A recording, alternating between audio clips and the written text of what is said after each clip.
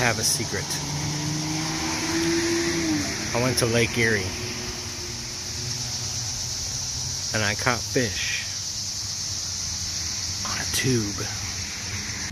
It sort of occurs to me that this is a rather long video, or it's going to be a long video, so I'm just going to cut to the chase, show you the bait that I used on Lake Erie the most, caught the most fish on, how to rig it, and then if you want to watch the rest of the video, please do, because it's very informative and I do show it again. But real quick, this is the Z-Man Easy Tube rigged stupid tube. This is an actual Secret Lures stupid tube jig head. It does kind of show you on the back here how to rig it, starting with the second one, going down through here, and I'm about to show you that right now. Actually, I have to reverse engineer this real quick. Give me a second. And the stupid tube basically is a way to fish a tube weedless, and you can throw it anywhere. You really can. I mean, I skipped this thing back into some trees that were scary and I got it out. So I only had 6 of these things for 2 days, and I gave one to a boater. Ended up okay. So actually, this is the last one I have, and it's very beat up. So you take a tube. This is how to rig a stupid tube. Any stupid tube. This just happens to be the Elastec, the Z-Man Elastec, the Easy Tube. It's supposed to be 4 inches. You cannot rig this on a 3.5-inch tube. It has to be 3.75 or larger.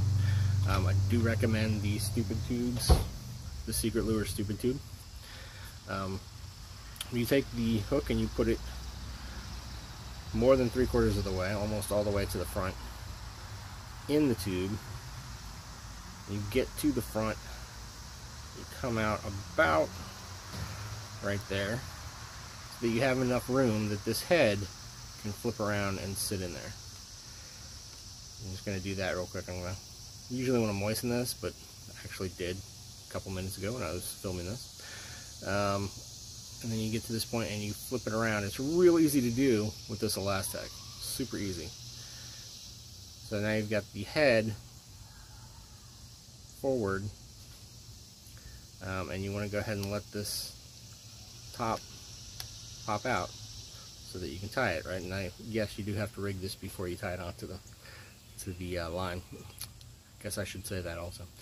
And then you can see exactly where that hook's going to come out. What I like to do with the Elastec baits, not the Secret Lures baits, and not a regular Zoom tube or anything like that, just the Elastec baits, is to put this hook in the middle of it. So as you can see, you just kind of go down to where it's going to go through. I'm trying to do this so that you can see it the easiest. And then you have, that's the bait that I caught almost all my fish on. So that's how you rig the stupid tube. Now you can go all the way through so that the hook is coming out, and then skin hook that, and I suggest you do that on most of the baits. With the Elastec baits, I really think that in the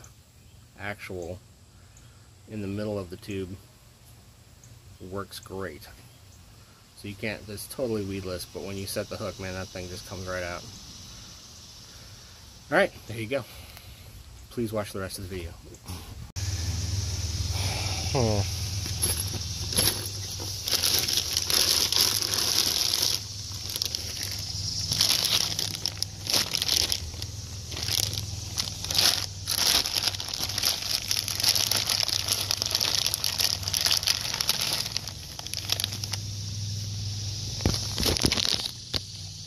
Okay guys, so I came in 10th on the Lake Erie BFL, the Buckeye division, as a co-angler. First, let me just say this, a lot of tough competition in the Buckeye division. The Ohio River tournaments on the Buckeye division, if you catch one fish, you might get a check. That's how tough they are. and then we all go to Lake Erie, where you can catch fish.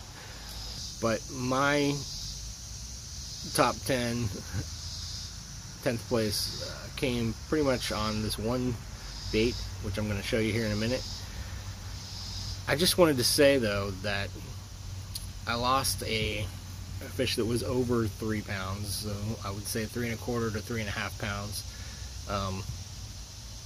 And I'm not sure how I lost it, but I did. And I lost another one that was about 2 1/4 on a crankbait, and that was on the first day. If I would have put those 2 fish in the boat, because one of them would have been my 5th fish and the other one would have culled this really skinny fish that I had. It's about 1 3/4 pounds or 1.5 pounds maybe. That would have given me close to 13 pounds. 12.5 to 13 pounds. And the guy that was in first place on day 1 had 12 pounds 1 ounce. So, of course, in retrospect, and he probably lost 4 or 5 fish too. But the point is, it's very frustrating to me to have the fish on to be in first place and not make it there. So the key, I'm going to tell you this because this is real, the key to winning tournaments is when you get a bite, get that fish in the boat. Out of the back of the boat, the key to winning tournaments out of the back of the boat is to land all your fish. It's that simple. If you get bit, put it in the boat. It's tough. I understand that, but that's how you win.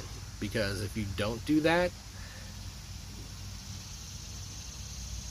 I mean, I can't even tell you.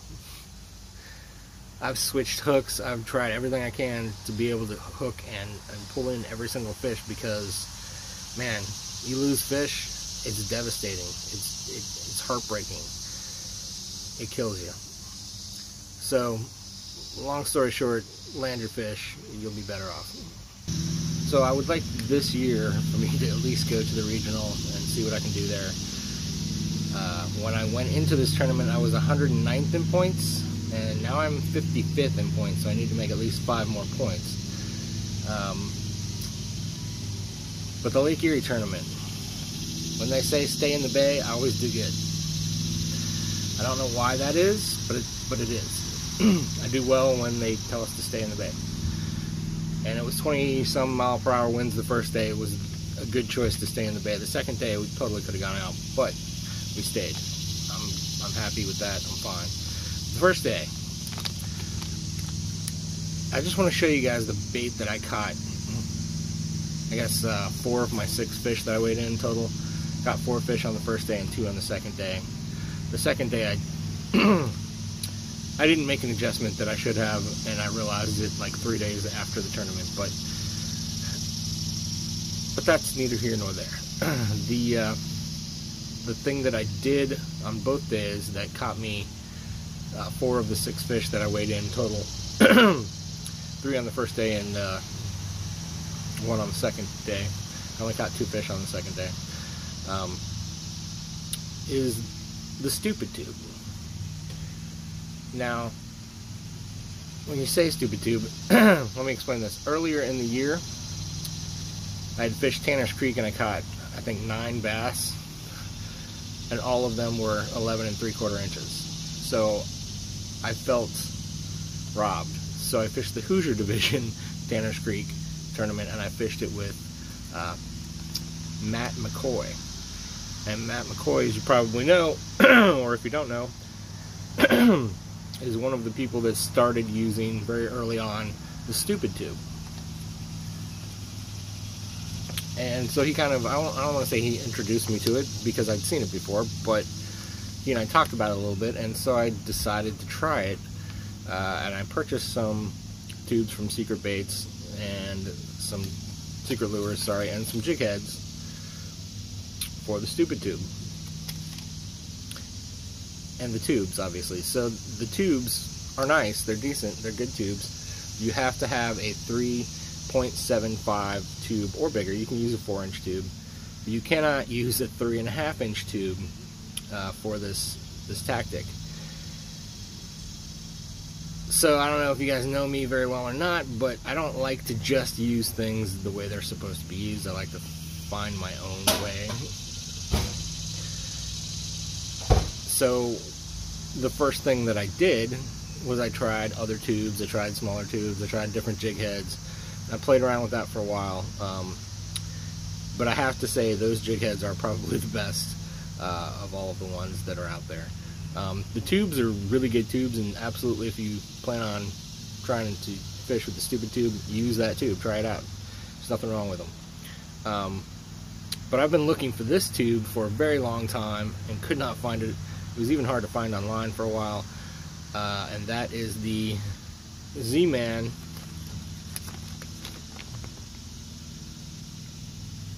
I don't even know what it's just called, the Easy Tubes. Z-Man Easy Tube. So this thing is, and of course why I wanted this is because I thought one tube's going to last a long time, right? And that's true.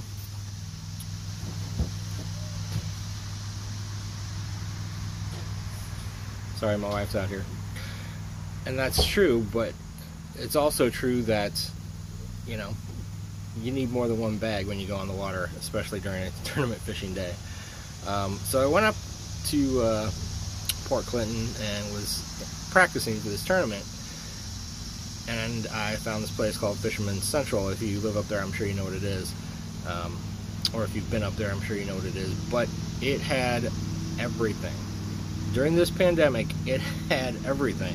It was amazing. And they had 2 bags of these and green pumpkin.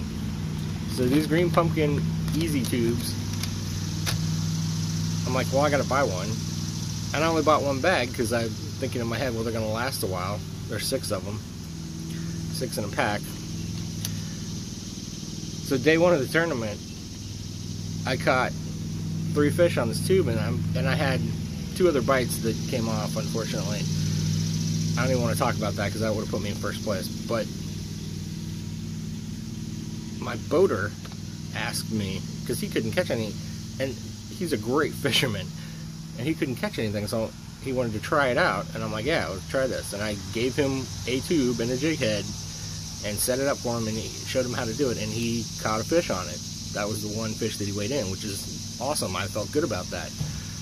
What sucked is then after the tournament, because I was in the top, what was it, 22 or something like that, I was 6th out of 100 and however many boats, co-anglers. I had to stay for the meeting and then talk to my boater, and then as soon as I was done with that, I drove to Fisherman's Central. I'm looking on the thing and it says they're open until 6 p.m. Well, thank you, Mr. COVID. They closed at 5. I guess they have to close an hour early because of COVID or something like that. I don't know. But they closed at 5 o'clock. I had 2 of these left. No, 3 tubes and 2 jig heads left. 2 of the, these are what, an 1/8? 2 of the 3/16 ounce jig heads left. I had this many. I have like 4 of the 1/8 ounce, and the 1/8 ounce caught me 2 fish. But once it got windy, that 1/8 ounce was not catching anything, so I had to go up a little bit. And that was the only other size that I had that I purchased. So 3/16 is what I used. Now, these baits got a lot of bites. I didn't catch a lot of short fish. That's the thing. I caught, I think every fish that I caught or had a bite on was at least 13.5 or above, right? And 14 inches is what the limit is on Lake Erie. I think I caught 1 short fish. Every other fish I had on, I lost 2, was, I think, 16 inches or bigger.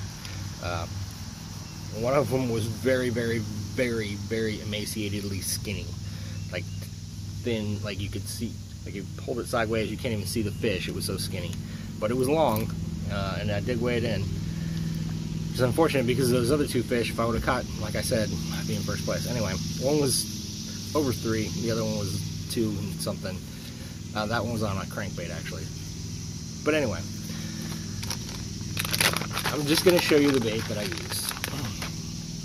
And this does have a jig head in it, and I don't know what ate that, but as you can see, some of those are missing. Now this happened in the water. I flipped it in there and it came back like this, and I did feel a bite. So I'm thinking, I don't know what I'm thinking, a walleye or a muskie or something, a pike. I guess they have pike up there, I don't know, but something ate. And this is, these Z-Man tubes, this is Elastec, okay? Nothing is, something bit and ate that off of there with sharp teeth. Or there was a diver down there with scissors. I don't know. I have no idea. But that's the last one I have to show you that's out of 2 days of fishing. So, but this is the stupid tube and how it looks. And this is not the proper jig head. This is another jig head that I bought off of, I don't remember where I got this actually, on eBay. I'm going to try to dismantle this. As you can see, like, this is coming through here. Because it's Elastec, I can still fish it like that. It's amazing stuff.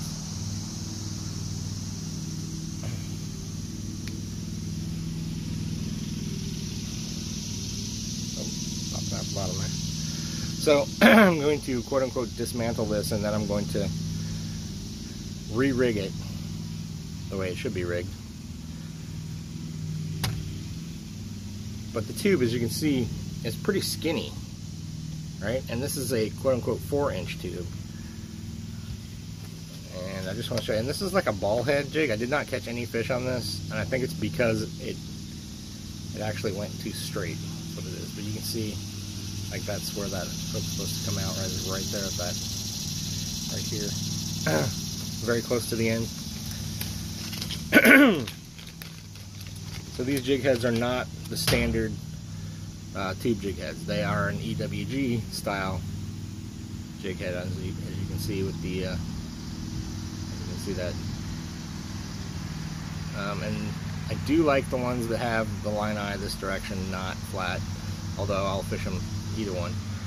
And how you rig a stupid tube is you go in the back, okay, with the hook, and you go about almost all the way up, but you want to leave enough room for that head to turn around. So I'm coming out right about there. See if you can focus on that. That's about where I'm coming out, okay? I'm going to moisten this a little bit. Don't put lead in your mouth, that's just stupid. Come on, get the lead out of your mouth. Go eat the paint chips off of your grandpa's barn instead. Alright, you just pull that up in there, and then you, especially with this Elastec, it's so easy to just pull that up and flip it over. I don't know if you can see, that is now, and that is exactly where that hook is going to go through the bait. If you rig it normal. This is like how you would rig a stupid tube on any tube. But as you can see, this is so skinny, this is bulbous in here. This thing is sticking out. Once you get up here though, you do want to pop that through, which is kind of difficult with the Elastec, but you can do it. So you got the eye popping out, right? And then instead of rigging this, here, I'll rig it all the way through real quick. You rig it so that it goes all the way through, and then you skin hook it so that it's weedless. It doesn't really look that straight to me, right? I mean, you can play with it a little bit, but it still looks weird. This stuff is so thin that the way I rigged it, I'm going to push this into the bait, and that's it. I left it inside the bait. See? Exactly like that. So that hook is inside there, inside the tube. And I did not halfway poke it out or anything. And maybe that's why I lost those 2 fish. Or actually, I think I just lost 1 fish. The other one was on a crankbait. I was mistaken. But maybe that's why I lost that fish. I don't know, but I didn't lose the other ones that I caught. So this to me is so perfect of a tiny little bait. It just gets bit, and I don't know why. I have no idea why. It just does. This one with the little things bitten off still got bit. I still caught fish on this. So that's the stupid tube. And the way I fish it, I fished this on a Mojo spinning rod, right? St. Croix Mojo spinning rod, the wacky style Mojo. So I think it's like a 6'8", little under 7 foot, I think. I'd say it's medium to medium heavy, with a fast tip. It does not have an extra fast tip. Regardless, I really like that rod for this setup.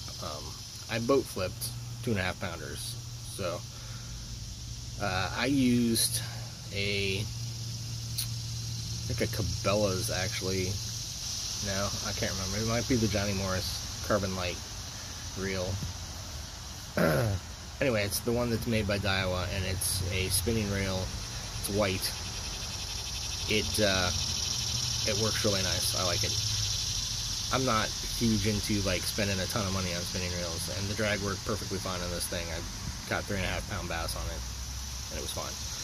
15 pound Berkeley 5X white braid, whatever that braid is called, and to a 10 pound XPS fluorocarbon leader. Now that XPS fluorocarbon, in my opinion, 12 pounds and under is the best fluorocarbon you can buy. I have the 17 pound stuff and I hated it. I don't know what the difference is or why. It was horrible.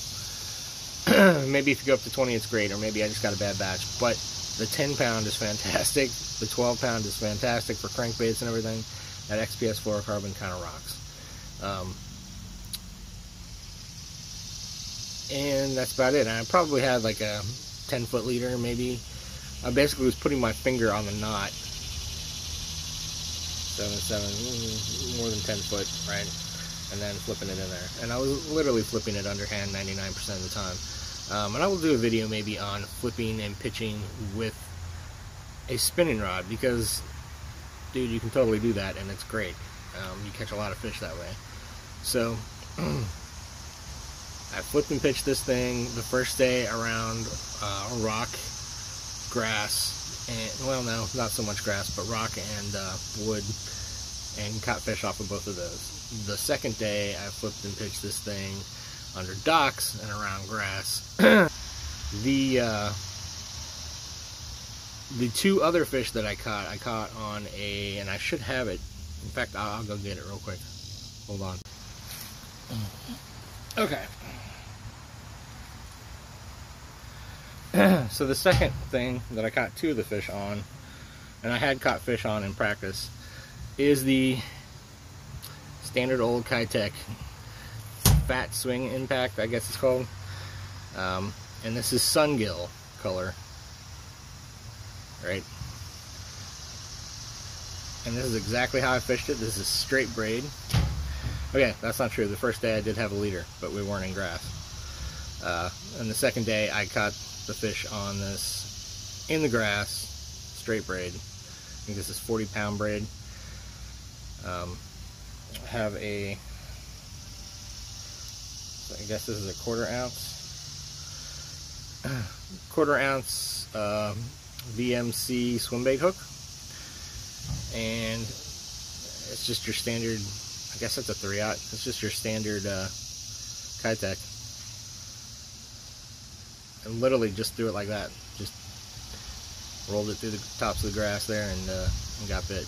A little bit of grass on the first day, and a ton of grass on the second day. It works great in grass. So that's it. That's how I caught my fish. Did I throw other baits? Yes, and threw crankbaits quite a bit. I threw some I caught a lot of 13.5 inch, not 3, 13.5 inch bass on the old chatterbait. So I threw a chatterbait a lot, especially in the grass, and I threw a crankbait a lot. I don't say a lot, a bit, and I actually caught a decent, like, 4 or 5 pound drum. Let me just say thank you to both of my boaters. They were fantastic, took me to great spots, and they did a great job. Both of them caught fish. They were around fish the whole time. Both of them are great fishermen. And sometimes it's your day and sometimes it's not. Luckily, this was my day. The first day anyway. And this is, by the way, the old Cabela's Tournament ZX, right? Great rod. This one is a quote-unquote crankshaft, so it's supposed to be for cranking. Composite construction. This is a 7-foot, 12 to 25 pound line weights. It doesn't say it's heavy or medium heavy or whatever, but this one is definitely medium heavy. It's a 704, so take that for what it's worth. But it has some bend in it. Like it's I'd say it's moderate bend, but it's like a medium heavy, so it's harder to bend it. I don't know what else to say. I could totally throw a frog on this. You have to set the hook a little bit harder, but not a ton. I mean, it's not there's not a lot of give in this rod, let's put it that way. And it's for cranking. I would throw some deep diving crankbaits on this. I'd throw some square bills on this, but I'd definitely use mono or fluorocarbon, not straight braid. I got straight braid on this, and I had 17 pound mono on here, and I was throwing chatterbaits and little swim baits on this rod. That's basically what I've been using this for. This is the XPS Pro Qualifier. I'm sure many of you have this reel. It's not super expensive. I think it's $99. This rod was at the time $99. Now they don't make them anymore, so which is unfortunate. They're really good rods. But I bought this rod as a spinnerbait, chatterbait rod, basically, because of the feel of it. It's a little bit heavier than the cranking rod, but it's called the crankshaft version, so I guess it's made for cranking. But yeah, this is my spinnerbait chatterbait rod, or one of them. I have basically 3. So that's pretty much it. That's how I came in 10th on Lake Erie in the BFL as a coangler. I will be fishing a tournament on, well, as a coangler, I'll be fishing a BFL on Indian Lake at the end of this month, and on the 15th, I think I might be fishing a USA Bass and Open. We'll see. I'm not sure. Rocky Fork.